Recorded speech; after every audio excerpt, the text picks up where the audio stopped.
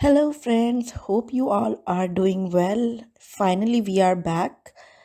और आज हम एक रिव्यू के साथ आपके खिदमत में हाजिर हुए हैं। पहले इस रिव्यू को सुने और उसके बाद आप डिसाइड कीजिए उस फिल्म को देख के कि जो रिव्यू मैंने आप लोगों को दिया है, आप लोगों के लिए पेश किया है, वो ठीक है या नहीं।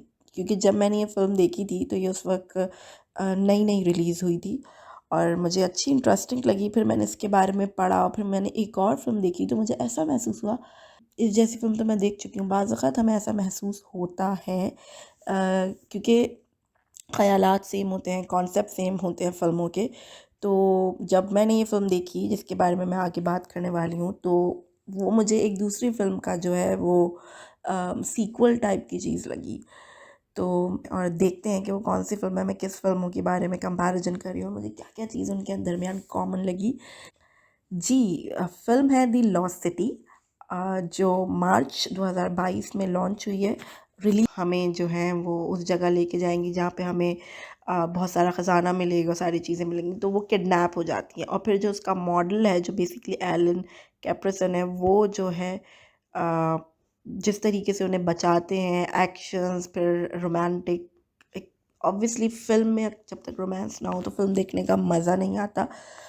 ये एक तरीके से फ़िल्म में मसाला ऐड करती है, फ्लेवर ऐड करती है रोमांस की जो टेक्निक है। So automatically romance. और फिर जब आप हॉलीवुड के रोमांस की बात करते हैं तो वो बहुत डिफरेंट वे में होता है।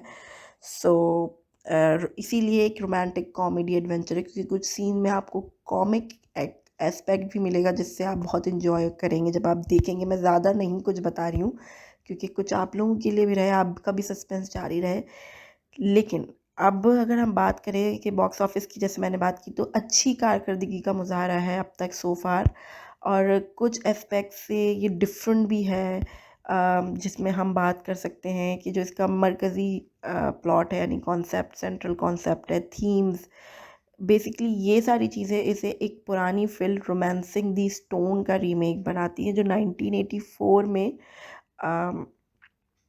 रिलीज़ हुई थी, जिसमें माइकल डिक्स को मरकज़ी किरदार दिया था और जॉन वाइल्डर से मोहब्बत करते हुए देखा गया था। इस तरह की उसमें वो कदीम चीज़ों के स्मगलर्स और गुमशुदा ख़जाने के लिए इन हवारियों का जंगल में पीछा करते हैं, कुछ इस तरह की चीज़ें थी। तो सेम एज़ इट इज़ इसमें भी मतलब यही दिखता है कि लॉरिटा जो है वो किस तरीके से, मतलब वो सारी चीज़ें करती है और फिर किस तरीके से आगे कहानी बढ़ती है। तो इसमें ये था कि जो जैक ट्रेनर है द लॉस्ट सिटी में, जिसको मुतवक्के तौर पर एक मेन किरदार है, वो कहानी से बहुत जल्द हटा दिया जाता है। यानी Brad Pitt basically Jack Trainer का किरदार अदा कर रहे हैं। तो ये सारी चीज़ें हैं। उसके अलावा अगर हम देखें कि उस फ़िल्म में क्या चीज़ है, जंगल्स के सीन्स हैं, उसकी जो पूरी सिनेमैटोग्राफी है, उसकी लोकेशंस हैं, वो बहुत अच्छी हैं। और उसके साथ-साथ जो है अ, उसमें जो फ़िल्म में डायलॉग्स हैं, उसके स्क्रीन प्ले आप देखें वो बहुत बेहतरीन है। और उसके अलावा अब अगर हम देखें तो अगर हम देखते हैं कि सिनेमैटोग्राफी हो गई या जो फ्रेम होता है फ़ोटोग्राफी, जब डीओपी जो है वो फ्रेम डिज़ाइन करता है, वो सारी चीज़ें बहुत मतलब अच्छी महसूस होती हैं। सो ये सारी वो टेक्निकल चीज़ें हैं जो फ़िल्म देखने वालों को अपनी तरफ अट्रैक्ट करती है। अगर किसी भी फ़िल्म का स्क्रीन प्ले अच्छा होगा, किसी भी फ़िल्म की सिनेमैटोग्राफी अच्छी होगी और अलॉन्ग विद फ़िल्म की जो लोकेशंस हैं, जहाँ-जहाँ फ़िल्म्स शूट की गई हैं, वो अकॉर्डिंग टू दी सीन्स होंगी और रियल होंगी, तो उससे फ़िल्म में एक डिफरेंट सा फ्लेवर ऐड ऑन हो जाता है और वो बहुत अच्छी आपको, मतलब एक इन्फ्लुएंसिव फ़िल्म बन जाती है। सो जो लॉरी का किरदार थी लॉस्ट सिटी में, उसका इख्तिताम भी बहुत डिफरेंट है। सो उसने बेसिकली अपने इन द एंड ये सारी चीज़ें डिस्कवर की होती हैं कि जो उसका सफ़र उसके हस्बैंड की डेथ के बाद वो ना ही रुकता है ना सारी चीज़ें, तो वो सारी चीज़ें दिखाई हैं किस तरीके से आप आगे बढ़ते हैं, क्या है। अच्छा, अगर हम दी लॉस्ट सिटी के आखिरी मंज़र की बात करें जिसमें क्रेडिट के बाद का मंज़र शामिल नहीं है, और लॉरिटा और एलन एक कामयाब किताबी दौरे के बाद साहिल समंदर पर हैं। ये दोनों किरदार अपने मुहिम जोई से वाज़ेह तौर पर बढ़ चुके हैं। यानी इसका जो एंड है उसमें शायद कुछ चीज़ें आपको मिसिंग लगे, मुझे ये चीज़ मिस लगी।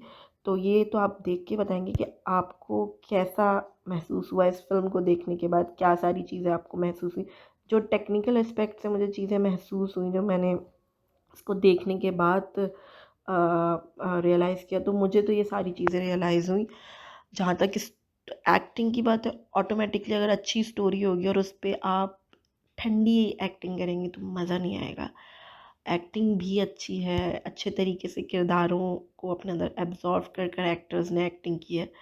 तो एक ये बहुत अच्छी फ़िल्म है, इसको ज़रूर देखिए। पैरामाउंट के अंडर ये रिलीज़ हुई है, डिस्ट्रीब्यूशन जो है इनकी पैरामाउंट है। उसके अलावा जो इनके दो डायरेक्टर उसमें से एक एरोन है, एरोन इस फिल्म में किरदार भी कर रहे हैं।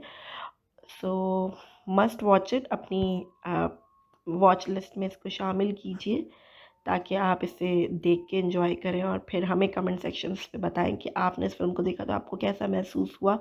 Hope you enjoyed it. See you till next time. Like, share, and subscribe, and must comment.